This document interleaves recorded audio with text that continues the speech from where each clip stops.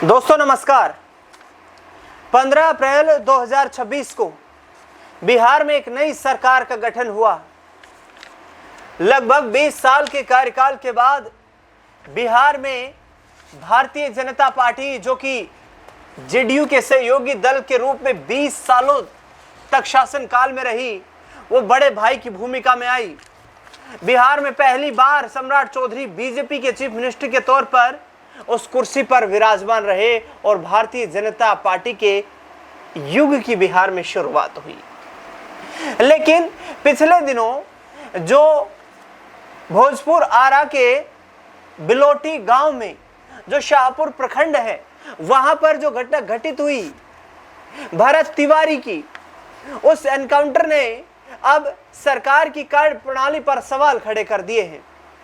बता दें आपको कि भरत तिवारी के गांव में एक महापंचायत का आह्वान किया गया। इस महापंचायत में आसपास के गांव के प्रखंड के लोग पहुंचे, सरकार का जमकर विरोध किया, मुख्यमंत्री सम्राट चौधरी के इस्तीफे तक की मांग कर दी गई। भरत तिवारी एनकाउंटर पर महापंचायत में विरोध कर रहे लोगों का समर्थन दिया जन स्वराज पार्टी के संस्थापक प्रशांत किशोर ने।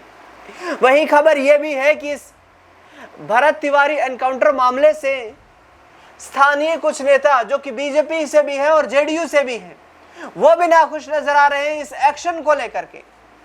और अब जो उनके परिजन हैं, गांव के लोग हैं, भरत तिवारी के गांव के लोग हैं, वो लगातार मुख्यमंत्री के इस्तीफे की मांग कर रहे हैं। आखिरकार क्यों ये परिस्थिति उत्पन्न हो गई है और क्या सम्राट चौधरी सिर्फ 2.5 महीने के ही अपने इस कार्यकाल के दौरान अपनी पार्टी के गठबंधन के सहयोगियों के नेताओं का विश्वास खोते हुए दिखाई दे रहे हैं? इस्तीफे की मांग आखिरकार क्यों हो रही है, इस पूरे मुद्दे पर चर्चा करेंगे। चर्चा में मेरे साथ मेरे वरिष्ठ सहयोगी अमन जी मौजूद हैं। सर, कैसे देखते हैं इस महापंचायत को जो बिलोटी गांव में हुई है, जिस गांव में वो घटना घटित हुई, भरत तिवारी एनकाउंटर मामला? लोगों ने यहाँ पर मुख्यमंत्री से इस्तीफे तक की मांग कर दी है। खबर यहां तक है कि जेडीयू जो सहयोगी दल है सरकार में, एनडीए में, और बीजेपी के कुछ स्थानीय नेता भी इस एक्शन से नाराज नजर आ रहे हैं। सम्राट चौधरी के इस्तीफे की मांग की गई है। किस तरीके से देखते हैं, क्या आगामी वक्त में बिहार का सियासी जो समीकरण है वो बदलने वाला है? देखिए, बिल्कुल दिनेश जी, आपने अहम तथ्यों को सामने रखा है, क्योंकि जिस तरह से पूरे मामले के ऊपर राजनीति हो रही है उसको लेकर भी ये कहा जाता है कि चलिए विपक्ष तो एक तरफ, लेकिन यहाँ पर सत्ता पक्ष के जो लोग हैं उनके बीच में ही लगातार इस पूरे मामले के ऊपर बिखराव दिखाई पड़ता है। और जो बात आपने महापंचायती की है कि बहुत सारे लोग जमा हुए हैं, एक फैसला किया गया है, और इसको लेकर प्रशांत किशोर ने भी कहा है, जो जन स्वराज पार्टी से आते हैं, बड़े लीडर हैं, कि अगर 15 दिन के अंदर एक्शन नहीं हुआ तो पटना में सम्राट चौधरी के घर का वो घेराव करेंगे, उनसे सवाल जवाब करेंगे। यानी कि उन्होंने साफ तौर पर कह दिया है कि अब तक जो कार्रवाई हुई है वो तो हुई है, लेकिन अगर कोई पुख्ता और मजबूत कदम नहीं उठाया गया तो यहाँ पर सम्राट चौधरी सरकार और जो मुख्यमंत्री पद पर बैठे हैं सम्राट चौधरी, उनके लिए मुश्किलें खड़ी होती हुई दिखाई पड़ेंगी। लेकिन जो मूलतः आपने बात कही कि बीजेपी के कुछ नेता ऐसे हैं, कुछ जेडीयू के नेता ऐसे हैं जो सवाल भी उठा रहे हैं, कई लोग पक्ष में भी हैं, कई लोग खफा दिखाई पड़ते हैं, क्योंकि यहाँ पर अगर आप देखेंगे पूर्व केंद्रीय मंत्री हैं अश्विनी चौबे, यहाँ पर साफ तौर पर कहते हैं कि जो ब्राह्मण हत्या हुई है, यानी भरत तिवारी का जिस तरह एनकाउंटर हुआ है, उस पाप का भुगतान करना पड़ेगा। इस तरह की बात वो कहते हुए नजर आते हैं। वहीं जो सरकार में मंत्री हैं एक और, वो भी यही बात कहते हुए नजर आते हैं कि जिस तरीके से पूरा मामला हुआ है वो सवालों के घेरे में है, और इन मंत्री का नाम है मिथिलेश तिवारी। अब आप देखेंगे कि बीजेपी के ये बड़े धुरंधर बड़े नेता जिस तरह से अपनी ही सरकार को, अपने ही मुख्यमंत्री को घेरते हुए दिखाई पड़ते हैं, वहीं शहनवाज हुसैन जो बड़े लीडर हैं बीजेपी के, वो ये कहते हुए नजर आते हैं कि भाई अभी थोड़ा धैर्य रखना चाहिए, जांच की प्रक्रिया चल रही है, मुख्यमंत्री ने जांच के आदेश दिए हुए हैं, तो कम से कम वो रिपोर्ट तो आने दीजिए, उसके बाद में बयानबाजी करिए। वहीं जीतन राम मांझी जो सहयोगी दल हम पार्टी के संरक्षक हैं, बड़े नेता हैं, वो यहाँ पर क्या कहते हैं? वो कहते हैं कि जिस तरीके से हो हल्ला मच रहा है वो अपने आप में ये बताता है कि कुछ जातिवादी मानसिकता के लोग हैं जो इस एनकाउंटर के ऊपर हल्ला बोल कर रहे हैं। और वो ये भी कहते हैं कि जब एक दलित का एनकाउंटर होता है तो कहा जाता है कि नक्सली मारा गया,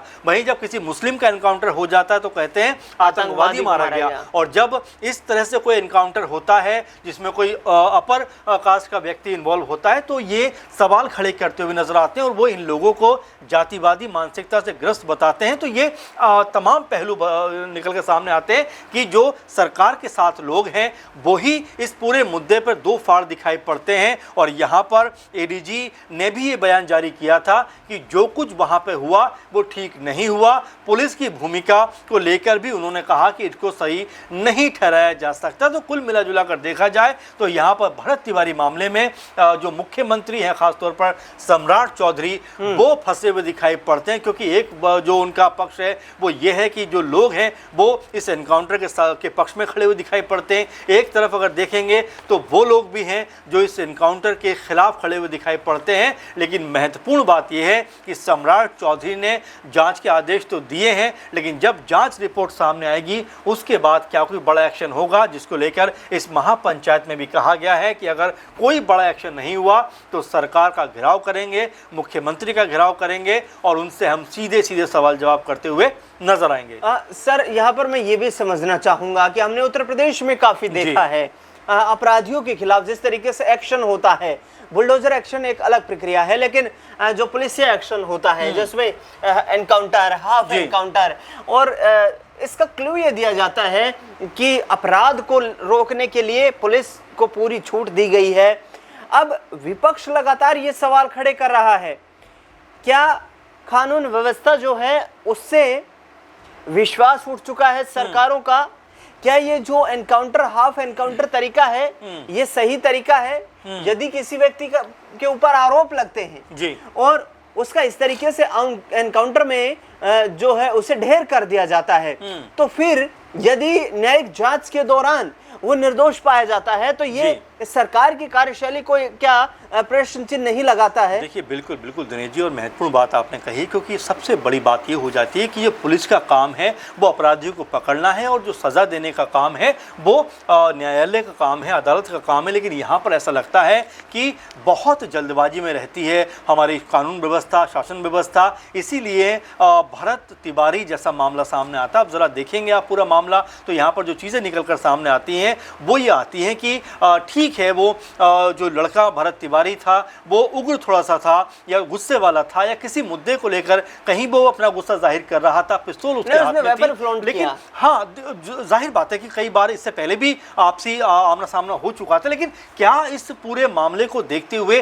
गोली मारने को जायज़ ठहराया जा सकता है? कई लोग जो सवाल कर रहे हैं वो यही सवाल करते हुए नजर आते हैं और जो बीजेपी के नेता भी है वो यही कहते हुए नजर आ रहे हैं कि भाई चलिए उसके हाथ में पिस्तौल थी, अगर वो गोलीबारी भी कर रहा था, लेकिन जब उसकी माता ने कहा कि पिस्तौल फेंक दो, सरेंडर कर दो, उसके बाद में वो पिस्तौल फेंकता भी है, सरेंडर भी करता है, उसी दौरान उसको गोली मार दी जाती है। इस बात को लेकर तमाम तरह के सवाल उठते हुए दिखाई पड़ते हैं कि क्या जो, क्योंकि अभी अगर हम भरत तिवारी को लेखा जोखा देखें तो कोई क्रिमिनल बैकग्राउंड में नजर नहीं आता। ऐसे में सवाल जरूर उठते हैं कि क्या सिर्फ गोली मारना ही एक तरीके का जो कानून व्यवस्था को कायम करने का तरीका रह गया है? अदालतों तक क्या लेकर जाने की प्रक्रिया हम खत्म करने का प्रयास कर रहे हैं? क्योंकि उत्तर प्रदेश में भी लगातार ये चीज देखने को मिली और बाकायदा कोर्ट ने भी इसके ऊपर संज्ञान लिया कि इस तरह से ना तो बुलडोजर नीति ठीक है और ना ही किसी को तुरंत एनकाउंटर करके ढेर करने की नीति ठीक है, क्योंकि जब तक उसका जो पक्ष है सामने नहीं आएगा आप ये साबित नहीं कर सकते कि वो अपराधी था या अपराधी नहीं था। क्योंकि हमने कई मामलों में ऐसा भी देखा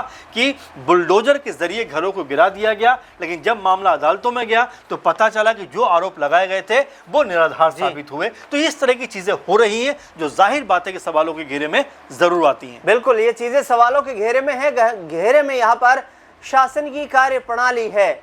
अब देखना बेहद दिलचस्प रहेगा कि स्थानीय लेवल ही नहीं बल्कि पूरे बिहार में विरोध का दंश झेल रही सम्राट चौधरी सरकार पर क्या संकट आ पाता है। यहाँ पर इस्तीफे की मांग मुख्यमंत्री से की जा रही है। क्या बीजेपी और जेडीयू के बीच सही राजनीतिक संबंध रह पाते हैं या जेडीयू कोई बड़ा कदम उठाती है, ये तमाम चीजें अब चर्चा का विषय बन चुकी हैं। अमन जी, आपने तमाम जानकारी इस विषय पर साझा की, आपका बहुत बहुत शुक्रिया। देश दुनिया से जुड़ी बड़ी खबरों के लिए लगातार बने रहे हमारे साथ और इस पूरे मुद्दे को लेकर के अपनी राय प्रतिक्रिया कमेंट बॉक्स में देना बिल्कुल ना भूलें।